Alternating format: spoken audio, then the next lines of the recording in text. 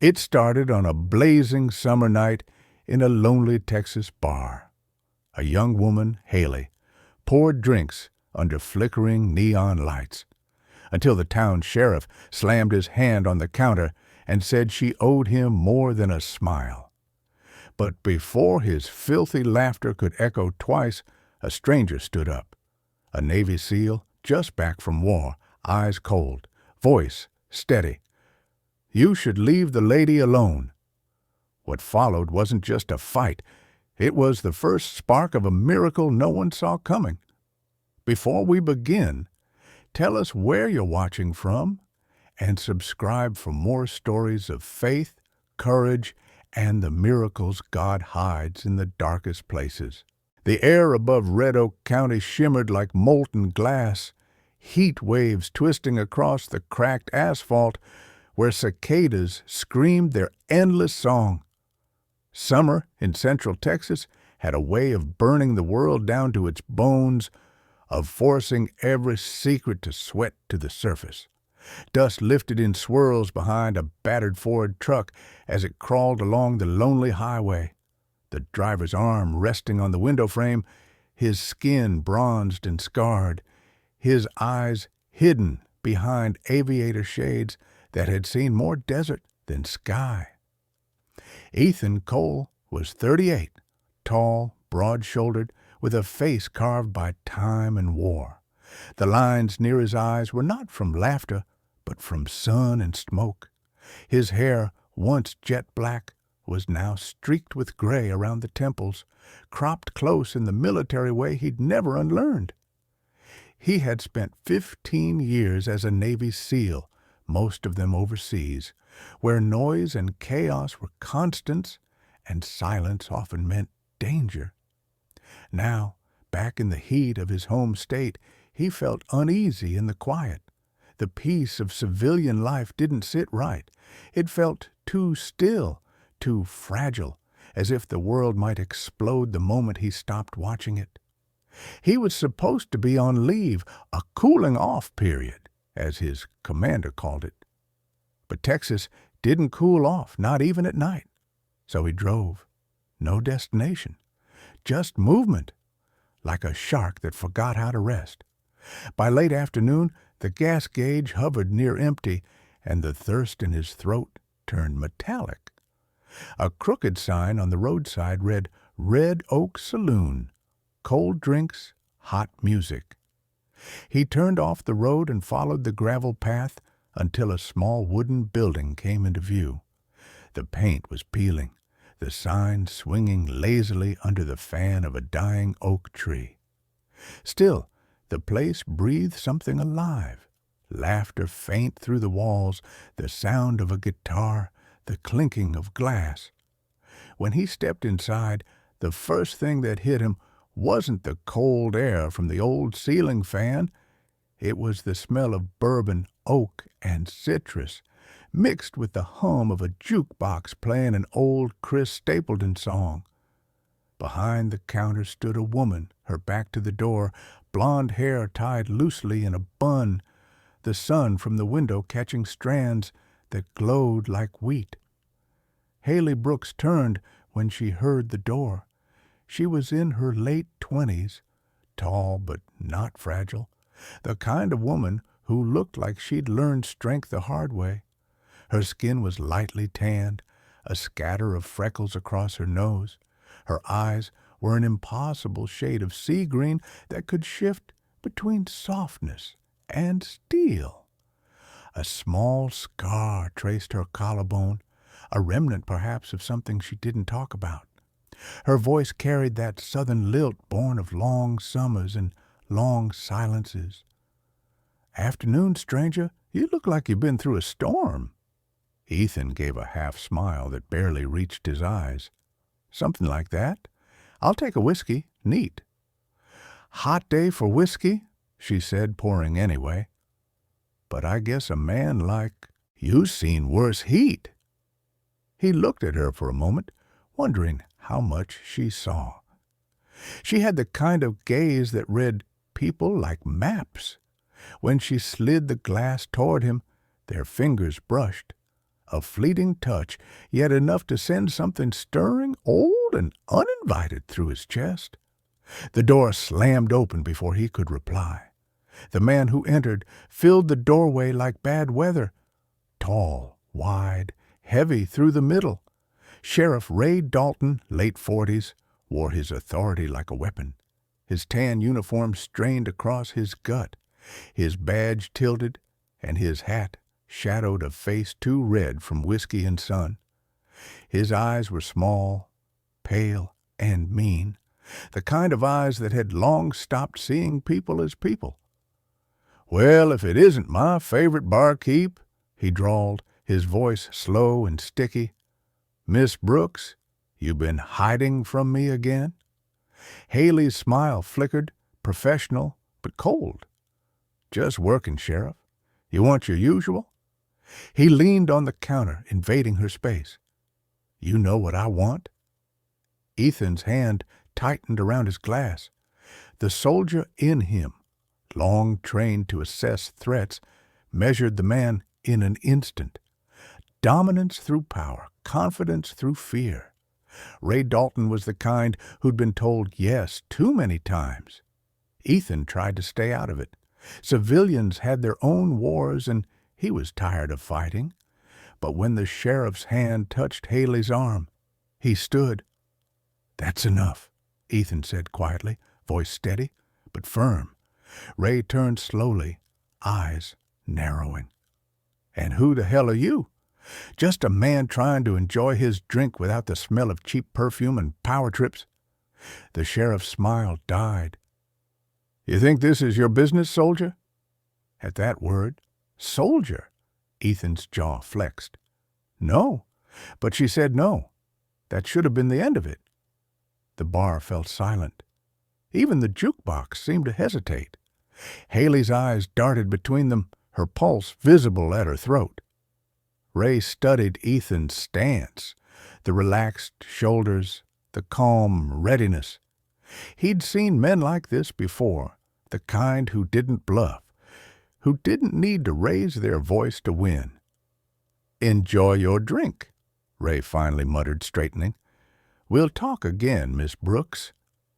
He left without looking back, his boots leaving dust and tension behind.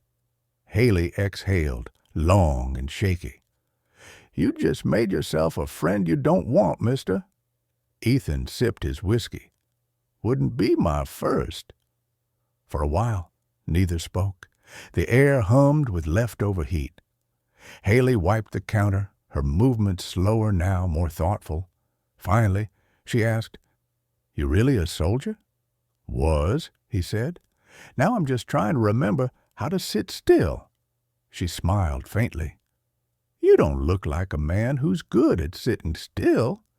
He almost smiled back. "Guess I came to the wrong bar then." When the evening light slanted through the windows, painting everything in gold, she poured him another drink on the house. "For saving me trouble," she said. "Didn't look like you needed saving." "Maybe not," she admitted. "But sometimes it's nice when someone tries." Outside, the sky melted into copper. A stray dog barked somewhere down the road. Inside, Ethan's phone buzzed with a message from an old contact. An encrypted number. Nothing but coordinates near the coast of South Carolina. His instincts flared. The same unease that had never left since he quit the Navy. Trouble had a way of finding him, or maybe he had a way of finding it. He pocketed the phone, finishing his drink. Haley watched him go, a hint of curiosity shadowing her eyes. When the door closed behind him, she whispered softly to herself, "You don't belong here, soldier, but maybe that's exactly why you came." Out on Red Oak Road, the sun sank behind the horizon, turning the sky into a river of fire. Ethan started his truck and drove toward the unknown coordinates, not realizing that this dusty Texas bar and the woman inside it would soon pull him back into a war far darker than any he'd fought before. The next morning bled slowly through the blinds of Ethan's small motel room, painting the cracked walls in a dull gold that reminded him of the deserts he'd tried to leave behind. He had slept little, the noise of the ceiling fan mixing with the restless thoughts that had followed him from the Red Oak Saloon. Haley Brooks' voice still lingered somewhere in the back of his mind, soft, cautious, and tired of pretending strength. She was the kind of woman the world mistook for fragile because she refused to break in public. Ethan had seen soldiers like that, calm on the surface, bleeding underneath. He washed his face with lukewarm water, pulled on a gray shirt that clung to his broad shoulders, and looked at his reflection. The scar under his jawline caught the light. Afghanistan, 2013. A bomb in a marketplace, the sound of screaming, the smell of dust and iron. He pressed his palms against the sink until the tremor passed. He wasn't that man anymore, or at least he wanted to believe that. Outside, the morning heat already shimmered off the pavement. He drove back to the saloon, not sure if it was curiosity or instinct dragging him there. Red Oak looked harmless in daylight. Fields of sunflowers, the distant hum of tractors, the illusion of peace. But illusion had a smell, and it was the same one he'd caught last night. Fear masked by bourbon. When he entered, the place was empty, except for Haley, wiping down the counter. She wore a sleeveless white shirt tied at the waist, and jeans worn soft from years of work. Her hair was down today, loose waves brushing her shoulders, and she had faint circles under her eyes that no amount of coffee could hide. She looked up and gave him that half-smile again, the kind that didn't promise warmth but didn't push it away either. "Back so soon," she said. "I left my peace of mind here," Ethan replied. "Can't help you with that," she said, pouring coffee instead of whiskey. "But I can offer caffeine and poor company." He took the seat at the bar, the same bar where just 12 hours ago a sheriff's badge had gleamed like a warning. "Dalton always this charming?" he asked. Haley's jaw tightened.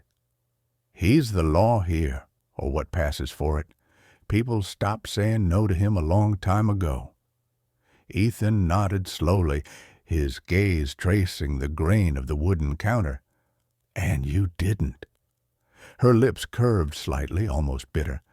Someone has to remind him that law doesn't mean ownership. She hesitated, eyes flickering toward the back hallway. "Besides, he needs this place. It's where his friends do their business." "Business?" Ethan repeated. She exhaled. "You really want to know?" Before he could answer, the bell above the door chimed. A man stepped inside, tall and lean, his tanned skin gleaming with sweat from the Texas sun. His shirt was unbuttoned halfway, revealing tattoos crawling up his chest like black vines. He carried a messenger bag and a restless energy that filled the room before he spoke. "Morning, sunshine," he said to Haley, grinning wide. "You owe me 2 crates of whiskey and a smile."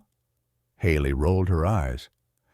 "Ethan, meet Ricky Vale, the supplier. Thinks he's God's gift to small towns." Ricky extended a hand toward Ethan, his grip firm but overly friendly. "You look like trouble." "Just tired," Ethan said.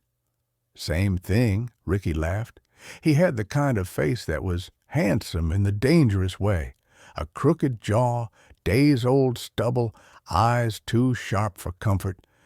People like him thrived on chaos. Ethan could recognize it instantly. Ricky dropped the bag on the counter and leaned closer to Haley. "The boys downstairs want to know when Dalton's next inspection is. They're getting antsy." Ethan's head lifted slightly. Downstairs? Haley shot Ricky a glare, but it was too late. Ricky smirked, realizing he'd said too much. Forget it, soldier boy. Locals only. Ethan finished his coffee and stood, letting his gaze drift toward the back door, the one with the rusted lock and faint smell of damp concrete. Something about it didn't fit with the rest of the saloon. It was newer, sturdier. He filed it away in his mind. Later that afternoon, he parked his truck across the street, watching through the dusty windshield. One by one, men came and went, most in plain work clothes, but their movements were too coordinated, their glances too deliberate, not locals. He recognized the type: logistics runners, ex-cons, smugglers who'd traded uniforms for shadows. At sunset, when the saloon closed early for maintenance, Ethan circled back on foot, cutting behind the building. The heat clung to his skin like oil. He found a narrow staircase leading to the basement. The door was locked, but not to a man who'd learned to pick locks with bullets. Inside, the air smelled of sweat, whiskey, and money. A single bulb swung from the ceiling, illuminating a poker table, crates of alcohol, and, beneath a tarp, a stash of black duffel bags. He unzipped one. White powder. Not much, but enough to know this was no local side hustle. Then he heard it, the sound of footsteps above. Two voices. "Dalton's losing patience," one said. "He won't if the shipment clears Charleston," the other replied. "The lighthouse run happens in 2 days. After that, we're ghosts." Charleston. The word struck him like a flare. The coordinates from his phone the night before, near the Charleston coastline. Coincidence? He doubted it. He reached for his phone to record evidence, but the floor creaked and the bulb flickered as a shadow appeared at the top of the stairs. Ricky Vale's voice followed, sing-song and amused. "Curiosity's a dangerous hobby, friend." Ethan froze for a heartbeat, then slowly turned. Ricky stood there, one hand on the railing, the other holding a small revolver, smirk still painted across his lips. "Didn't figure you for a snoop," Ricky said. "Thought you were just another burnt-out hero looking for peace." "Guess we both misjudged," Ethan said quietly. Ricky cocked his head. "Dalton's gonna want a word. But me? I think you and I could make a deal." Ethan didn't answer. His eyes flicked to the far side of the room, where a metal box sat half buried under crates, a faint symbol of a bird etched on top. The same bird as the key he'd glimpsed earlier that morning, hanging from a chain around Haley's neck. He understood then. Haley wasn't just a victim of Dalton's corruption. She was tied to something deeper, maybe even part of it. Ricky noticed the glance and smiled wider. "Ah, you found the pretty toy." "What's in it?" Ethan asked. "Answers," Ricky said, lowering the gun. "And maybe, soldier, the kind of war you've been missing." Ethan's fingers curled slightly, the old instincts returning, the calculation of distance, timing, angles. He could disarm Ricky before the man blinked, but the sound of a second door opening upstairs made him stop. Haley's voice echoed faintly. "Ricky? You down there?" For the first time, Ricky's grin faded. "Well," he muttered, eyes narrowing, "that changes things." The next few seconds stretched long and thin. Somewhere above, a floorboard groaned. Then, a crash. The lights went out. Darkness swallowed the basement, leaving only the sound of Haley's distant scream. The world came back in fragments.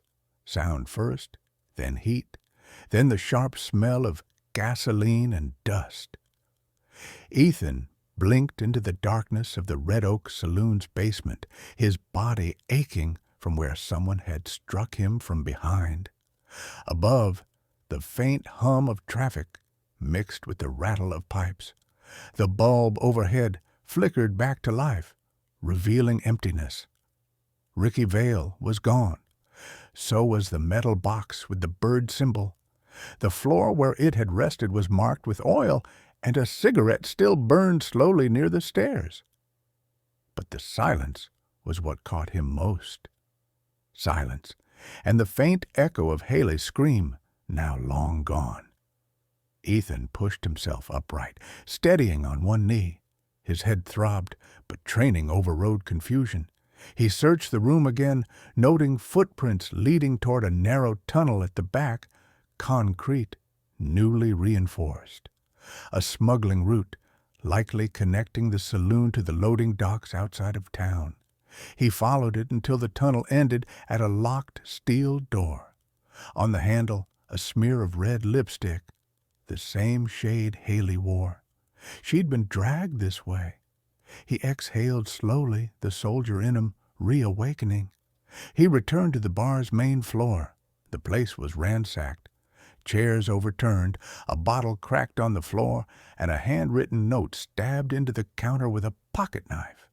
It read, "Charleston, midnight, come alone." Charleston, the same word he'd heard whispered before, the same coordinates that had buzzed his phone 2 nights ago. By sunset, Ethan's truck was tearing down the interstate, dust kicking up behind him like smoke from old battles. The heat shimmered off the asphalt, and he could feel the pulse of purpose return to his blood. When he reached the coast, the air changed, salt, wind, the sound of gulls. The Charleston lighthouse rose ahead, pale and cracked, a silent sentinel over the Atlantic. He parked near the dunes and opened the back of the truck. Inside, a movement stirred, a low growl, steady but cautious. A German shepherd lifted its head, amber eyes meeting Ethan's with calm intelligence. "Easy, boy," Ethan murmured, opening the tailgate. The dog leapt down with practiced grace. Ranger was 6 years old, his coat a blend of tan and dark gray, the fur along his neck slightly lighter, like a mane dusted with smoke. His ears were tall, always alert, and his gait smooth and disciplined, the result of years of military training. Ethan had served with him overseas. Ranger had pulled him from rubble once during a raid gone wrong. Since then, they had been brothers more than handler and dog. Together, they approached the lighthouse. The place smelled of seaweed and rust. The wind rattled the loose shutters, and distant thunder rolled along the horizon. The sun was dipping low, staining the water gold. Inside, the air was cooler. The spiral staircase wound upward into darkness. Halfway up, Ethan heard voices, men talking, boots scraping.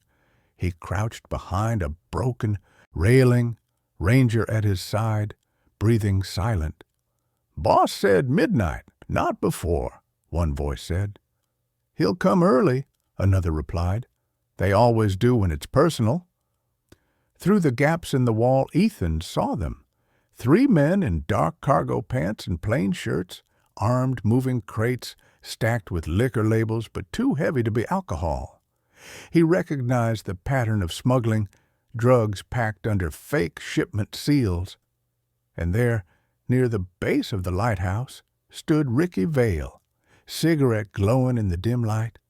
His shirt was open, his hair wine-tossed, and he looked almost bored, as if betrayal was just another job. When one of the men complained about the heat, Ricky grinned. "Quit whining. Dalton's got the buyer coming in from Savannah tonight. All we got to do is hand it off and disappear." Dalton again. The sheriff's reach went farther than Red Oak. Ethan's hands curled into fists. He whispered to Ranger, "Stay low." He moved along the staircase silently, descending behind the crates until he was near the outer wall. One wrong sound could end it. When the wind gusted, he moved, slamming his shoulder into the nearest man, sending him crashing into another. Before they could react, Ranger lunged from the shadows, teeth flashing, pinning the third. Ricky spun, startled but quick. His gun came up, but Ethan was faster. The weapon flew from Ricky's hand as Ethan tackled him against the stone wall. Dust filled the air. "Where is she?" Ethan demanded, voice low but deadly. Ricky laughed, a metallic sound that ended in a cough. "You really think she's innocent, soldier? You don't know her half as well as you think." Ethan pressed harder. "Where?" "Dock warehouse," Ricky gasped. "But you're late already.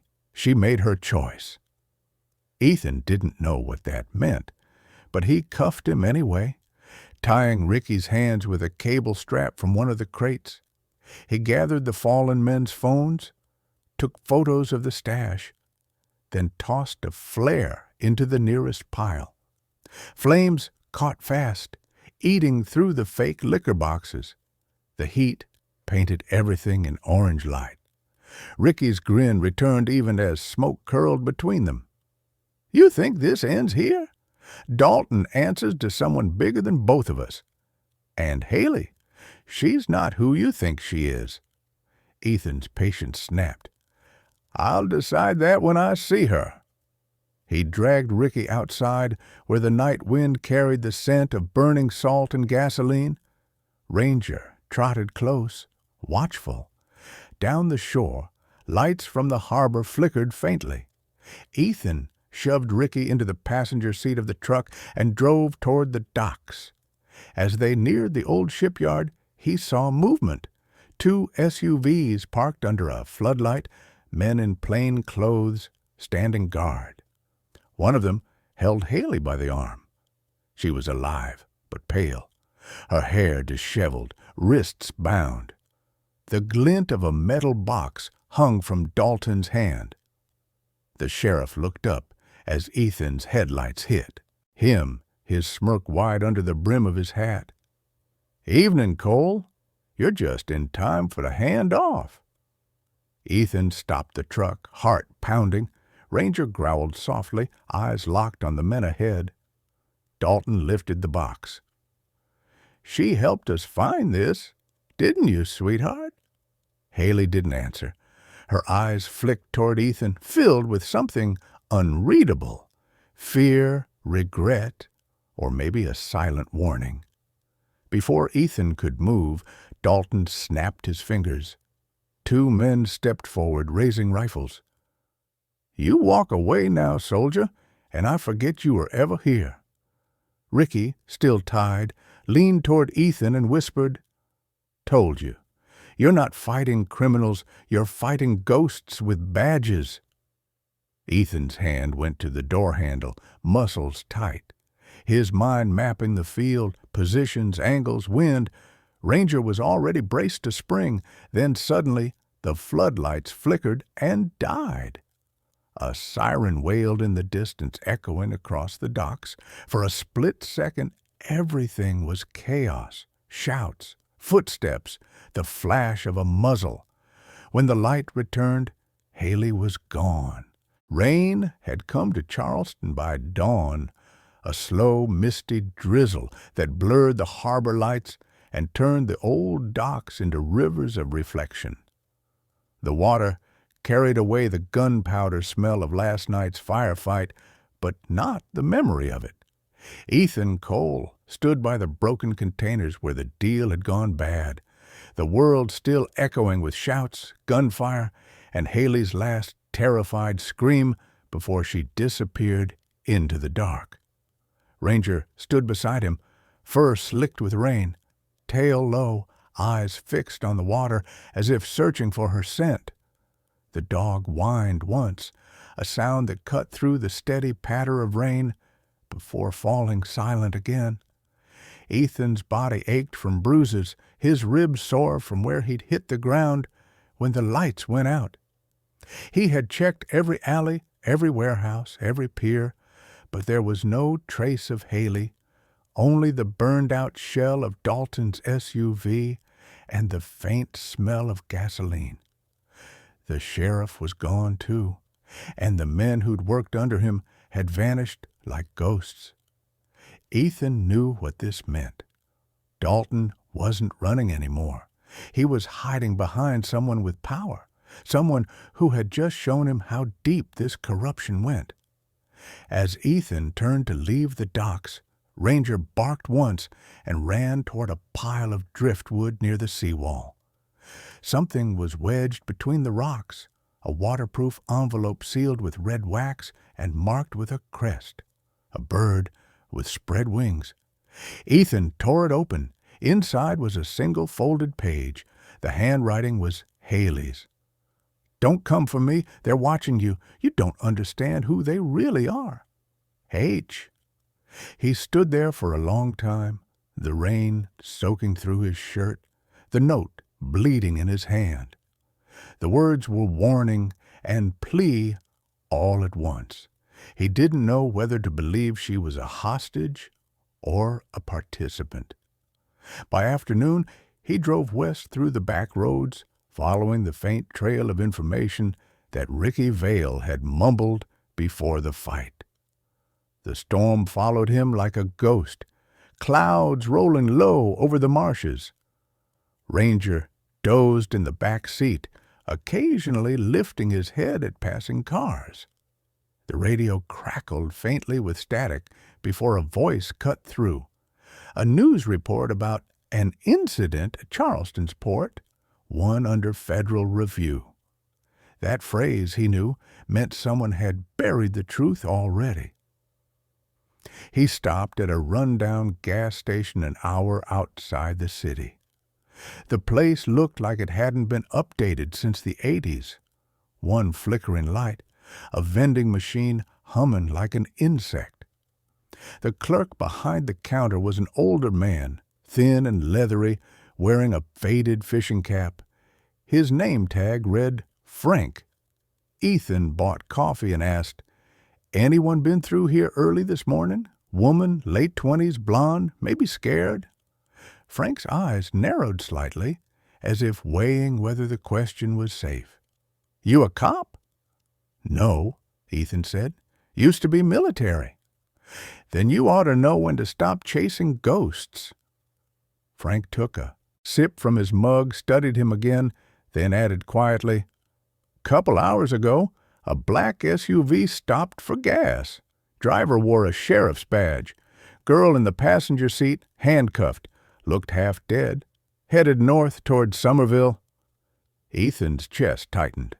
Dalton still had her. "Appreciate it," he said, tossing a 20 on the counter. "Don't thank me," Frank muttered. "That road up there ain't safe at night. Folks say there's a house near the river, big, old, with floodlights on the trees. Not the kind of place anyone comes back from." Ethan drove north. The rain thickened again, thunder rolling low. Ranger shifted restlessly, sensing his tension. After years together, the dog had learned his moods better than most people. When they reached the turn-off toward the river, the road turned narrow and uneven, lined with Spanish moss and oak roots that clawed through the asphalt. In the distance, faint lights glowed through the trees. Too steady to be fire, too few to be a town. He killed the headlights, parked the truck at the brush, and continued on foot. Ranger moved ahead, nose low, silent. The forest smelled of wet earth and gasoline. Then, as they neared a clearing, Ethan saw it. A sprawling plantation-style house, its white walls weathered, its windows dark, except for a single room upstairs lit by a yellow lamp. A man stood on the porch, smoking. He was large, barrel-chested, in his late 50s, with gray hair slicked back and a thick scar running from his ear to the corner of his mouth. He wore an unbuttoned suit jacket, despite the rain, the stance of someone used to command. Graham Lockett, Ethan recognized the face from a briefing long ago. A former CIA contractor turned private arms dealer, reported dead 5 years ago. Ethan crouched behind a tree, every instinct screaming danger. Graham Lockett had been a legend among covert operatives, smart, ruthless, a man who thrived in shadows. If he was alive and Dalton was working for him, the conspiracy reached far beyond Charleston. The front door opened, and Dalton stepped out, soaked and smiling, holding the same metal box. Behind him, Haley appeared, her wrists bound, but her posture stiff. She didn't look terrified now. She looked resolved. Ethan strained to hear over the rain. Dalton spoke first. "He'll come for her. He's too predictable." Lockett chuckled, the sound deep and gravelly. "Good. Let him. I want to see if the seal's as good as the reports say." Dalton hesitated. "You think he'll figure it out?" "Oh, he already has," Lockett said, taking a drag from his cigarette. "But it won't matter. He's already part of it, whether he knows it or not." Lightning flashed, illuminating their faces, Haley's pale and unreadable, Dalton's twisted with pride, and Lockett's calm as death. Ethan retreated quietly into the shadows, his mind racing. The rain covered his tracks, but not the weight pressing on his chest. If Lockett was alive, if Haley was working with him or forced to, it meant this operation wasn't just smuggling, it was recruitment, infiltration, a network rebuilding itself under the guise of law. He turned to Ranger, whispering, "We can't hit them head on, not yet." Ranger looked up, eyes glinting in the dark. Then something snapped underfoot, a twig, sharp and loud. Ethan froze. The front porch light flared on. Dalton's voice cut through the rain, sharp as a gunshot. "Who's there?" Ethan dove behind a log as a spotlight swept across the trees. The beam passed within inches of him, lighting the edge of his boot. Ranger didn't move, trained to absolute stillness. Then, from the upstairs window, Haley turned her head toward the forest, eyes locking on the darkness where Ethan hid. She didn't speak. She simply raised one finger to her lips. Silence, and then pointed behind him. Ethan turned. There, emerging from the trees, stood 3 men in tactical gear, silent, armed, and aiming straight at him. The rain had slowed to a cold mist, wrapping the riverbank in a ghostly haze. Ethan Cole crouched behind a rotting cypress log, his heart steady despite the 3 rifles aimed his way. Ranger stood close to his leg, fur bristling, eyes locked on the approaching figures. The faint beam from the house porch cut through the fog just enough to reveal their shapes.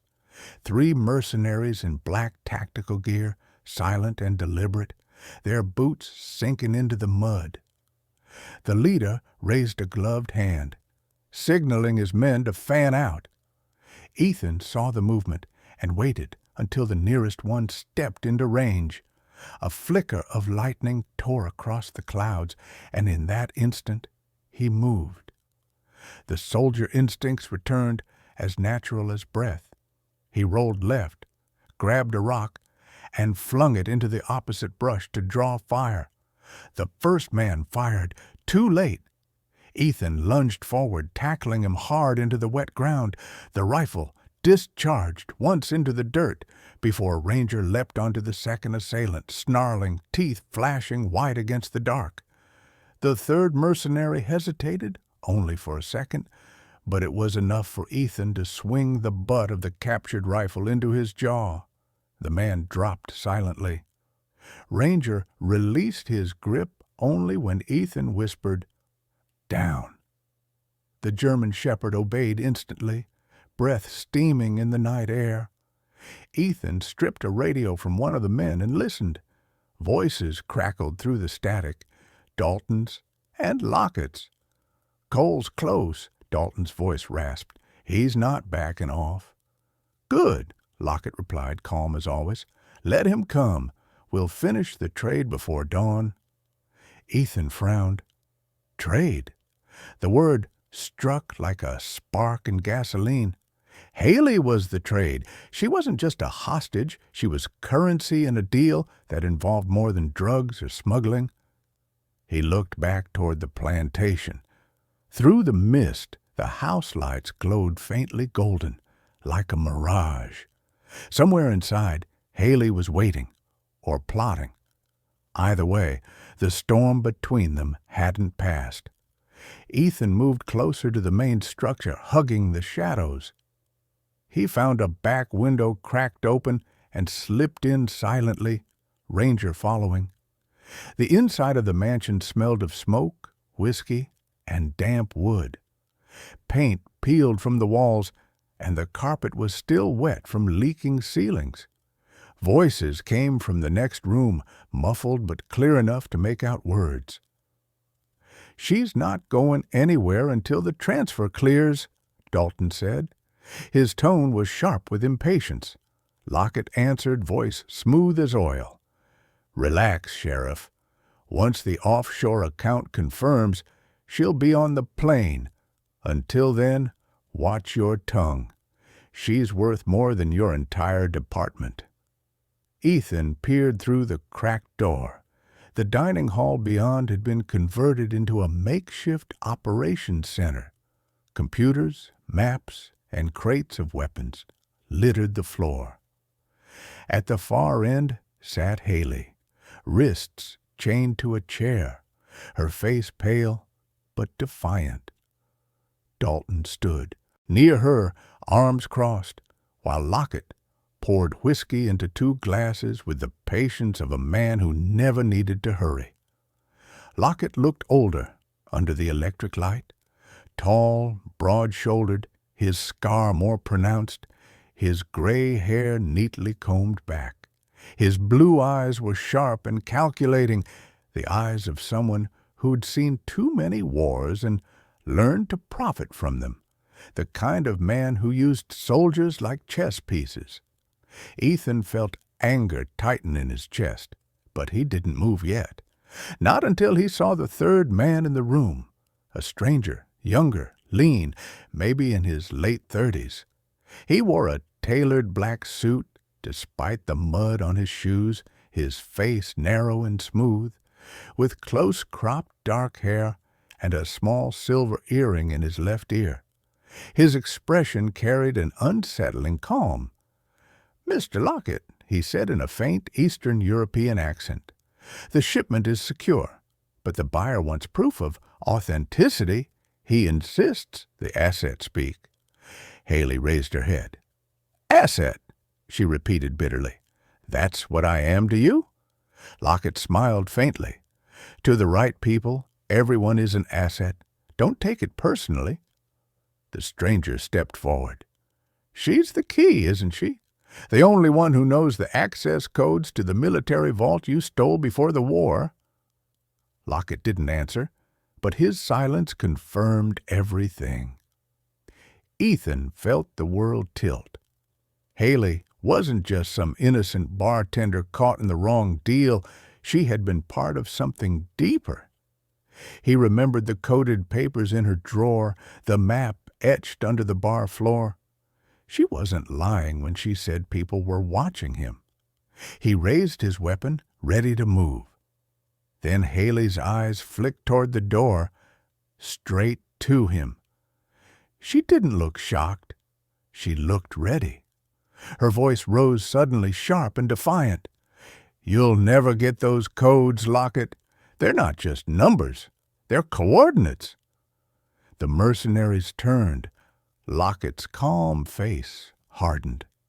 "Coordinates to what?" "The people you killed trying to find them," she said. "You think I'd let you touch what they died for?" Before Lockett could reply, Ethan kicked the door open. "She won't need to." The room erupted into chaos. Ranger charged first, leaping over the table, snapping at the armed guard who fired wildly. Ethan dove sideways, grabbed Dalton's arm, and slammed him into the wall. Lockett reached for his pistol. But Ethan's shot was faster, grazing the man's sleeve and shattering the glass behind him. Haley shouted, "Cut me loose!" Ethan slid across the floor, knife flashing, slicing the chain free. Ranger lunged again, tackling the suited stranger before he could aim. Dalton recovered, his face red with rage. "You just signed your death, soldier," he spat, pulling a knife from his belt. Ethan met his attack, the two men crashing into the table. Years of training turned reflex into rhythm, parry, strike, counter. Dalton was strong, but sloppy, his movements born of ego, not discipline. Ethan disarmed him, flipped the blade, and pinned him by the shoulder. "You should have stayed behind your desk." But before he could finish it, a single gunshot rang out. The bullet shattered the whiskey bottle on the table, and Lockett was gone. Ethan spun. The back door hung open, the sound of an engine roaring outside. "He's running!" Haley gasped. Ethan grabbed her hand, not without answers. They bolted through the rain toward the river bank. The headlights of a black speedboat sliced through the mist. Lockett stood at the helm, coat whipping in the wind, his voice carrying across the water. "You can't stop this, Cole. You think this ends with me? You're just the last piece I needed." Ethan aimed his pistol, but Ranger growled. Another engine closer behind them. A second boat emerged from the darkness, its lights red and blue. Federal SEALs on the side, FBI. Haley's eyes widened. How the hell did they... A voice boomed from a loudspeaker. "Ethan Cole, stand down. You're under federal surveillance. Drop your weapon." Ethan froze, disbelief twisting his gut. "They've been watching us?" Lockett's laughter echoed across the river, vanishing into the rain as his boat sped into the night. Ranger barked once, low and tense, as men in FBI jackets surrounded them. One of the agents approached, a woman in her 40s, tall and lean, with short auburn hair and eyes as sharp as glass. Her badge read, Agent Marissa Kane. Her face was expressionless, but her voice carried the weight of authority. "Mr. Cole, you've got a lot to explain, starting with why you're interfering in a classified counterintelligence operation." Ethan lowered his gun slowly. "Classified?" he said through clenched teeth. "You mean his operation?" Kane met his gaze unflinching. "No, Sergeant, yours." The rain fell harder, swallowing the silence that followed. The night had broken into a gray, uneasy dawn. Rain still whispered against the river's edge, and the air smelled of salt and burnt fuel. Ethan Cole sat on the back of a transport van, wrists free but dignity restrained, his eyes following the mist curling over the Charleston bridge. Ranger lay at his feet, his fur damp, but his gaze steady, as if silently guarding his master from the world that no longer made sense. The FBI convoy moved slowly along the flooded road, flashing lights reflecting off every puddle like fragments of broken truth. Ethan had been in custody for 6 hours now, questioned by 4 different agents and given the same vague promise. "You'll get your answers soon." Opposite him sat Agent Marissa Kane, arms crossed, her auburn hair tied in a tight bun. The early light made the faint scar along her jawline visible, the mark of a knife wound from years before when she served in Kabul as a military investigator. Kane was a woman forged in chaos, disciplined, precise, and allergic to sympathy. She had seen too many soldiers go rogue after war, and Ethan's case fit every red flag in her handbook. Yet something about him, his calm, his silence, didn't match the men she'd spent her career arresting. "You're not the first soldier who thought he could clean up a mess with bullets," she said finally, her tone flat. Ethan didn't answer. He watched the rain slide across the window. "And you're not the first agent who thought a badge meant understanding," he said quietly. Her eyes flicked toward him, sharp but curious. "You had every chance to walk away, Cole. Instead, you staged a firefight at a federal crime scene, assaulted a law officer, and helped a suspect escape." "She wasn't a suspect," he replied, still not looking at her. "She was bait." Kane's jaw tightened. "We were monitoring that operation for months.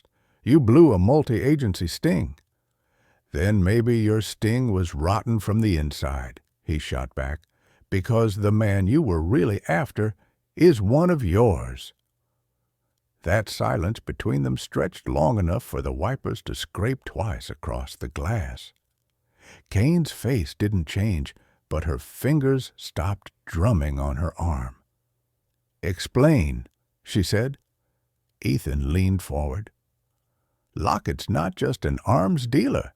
He's a contractor who worked for the same shadow fund that bankrolls your division. You ever wonder why he had military encryption codes? Why the FBI only moved in after he escaped?" Kane's eyes hardened. "You have proof of that?" Ethan reached into his vest pocket, pulling out a small waterproof drive. "Found it in Dalton's cruiser before it sank. Data logs, financial transfers, names.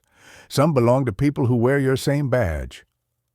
The van jolted as it pulled off the road into a gated compound, a temporary field HQ on the outskirts of Charleston. Kane grabbed the drive, glanced at it, and gave a signal to the guards. "We'll see what truth looks like when the lab gets through with this," she said. Inside, the base buzzed with tension. Agents pacing, radios hissing, screens flickering with satellite footage. Haley Brooks sat at a metal table near the back, wrists still cuffed, eyes hollow from exhaustion. Her blonde hair, once shining under the saloon's warm lights, now hung damp around her face. When she looked up and saw Ethan, there was a flicker of emotion, guilt, relief, maybe both. "Ethan," she whispered. He paused. "You should have told me what you were part of." "I didn't know what it really was," she said, her voice trembling. "I thought I was helping track stolen defense files. I didn't realize the buyers were the same people funding the search." She looked away, tears threatening but unshed. "Lockett used me, just like he used you."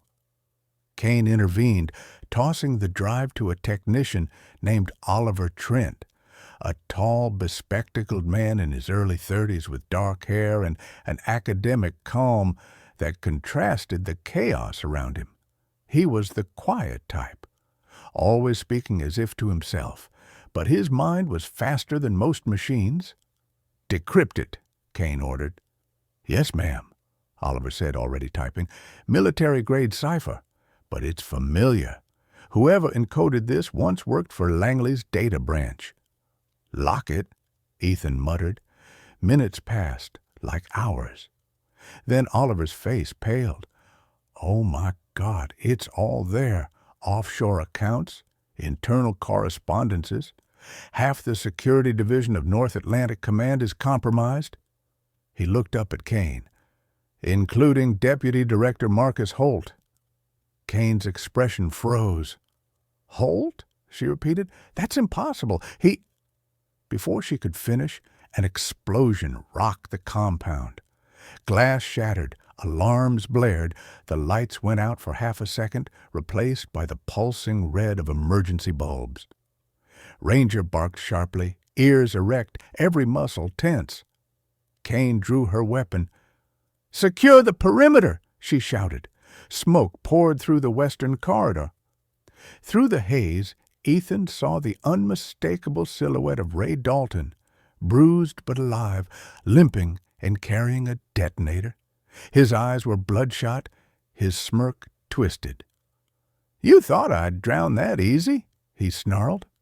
Ethan lunged forward, knocking Haley down as bullets tore through the glass behind her. Kane fired twice. One hit, grazing Dalton's shoulder, but he kept coming. Ranger darted toward him, leaping mid-air and biting into Dalton's arm. The detonator dropped, rolling across the floor. Ethan dived, grabbed it, and smashed it against the wall.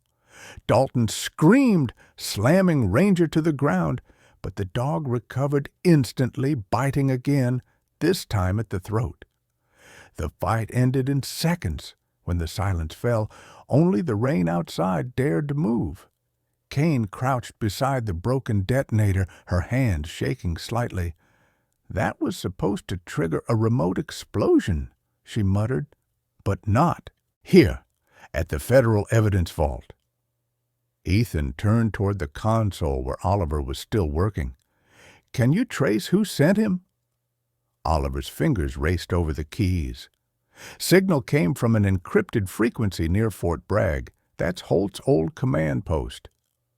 Kane exhaled, realization dawning. "He's cleaning house." Haley rose slowly, rubbing her wrists. "Then we end it before he does." Hours later, the storm had lifted. A convoy rolled out under cover of dusk toward Fort Bragg. 2 black SUVs, no lights, only silence. Inside the lead vehicle, Ethan checked his gear. A borrowed rifle, 2 magazines, and Ranger resting by his leg. Kane sat beside him, her face hard but human now. A woman no longer chasing a suspect, but walking beside one.